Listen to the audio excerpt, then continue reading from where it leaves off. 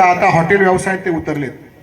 असे गोकुळ भाऊ, त्यांची फॅमिली, संदीप भाऊ ह्या शौर्य हॉटेलच्या उद्घाटनाच्या निमित्ताने व्यासपीठावर असलेले आदरणीय माजी आमदार अनिल दादा, गुलाब भाऊ, माझा पुतण्या किरण अण्णा, सभापती साहेब, दीपक भाऊ, दर्शन भाऊ, विलास भाऊ, अमोल शेठ, समोर बसलेले ह्या पंचक्रोशीतील सर्व ग्रामस्थ, मावळ कंपनी, नवनाथ भाऊ, सर्व मित्रपरिवार.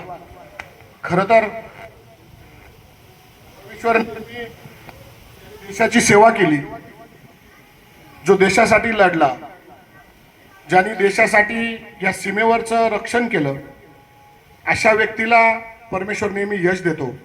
मला वाटतं त्याच्यामुळे शेती व्यवसायातही यश मिळालं, दुग्ध व्यवसायातही यश मिळालं आणि आता हॉटेल व्यवसायात सुद्धा शनी महाराजांच्या कृपेने नक्कीच यश मिळेल आणि ते यश मिळावं अशी मी शनी महाराजांच्या चरणी प्रार्थना करतो.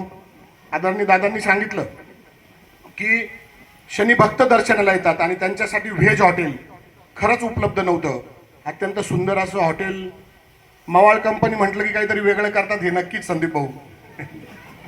कारण मी शेती आत्ताच दादांना सांगितलं की अत्यंत वेगवेगळ्या प्रकारची शेती मवाळ कंपनी करते. दादांनी मला सांगितलं की यावेळेस टरबूज, खरबूज वेगळ्या प्रकारचे होते. म्हणजे खरं तर बरं वाटतं की नांदगाव मतदारसंघात किंवा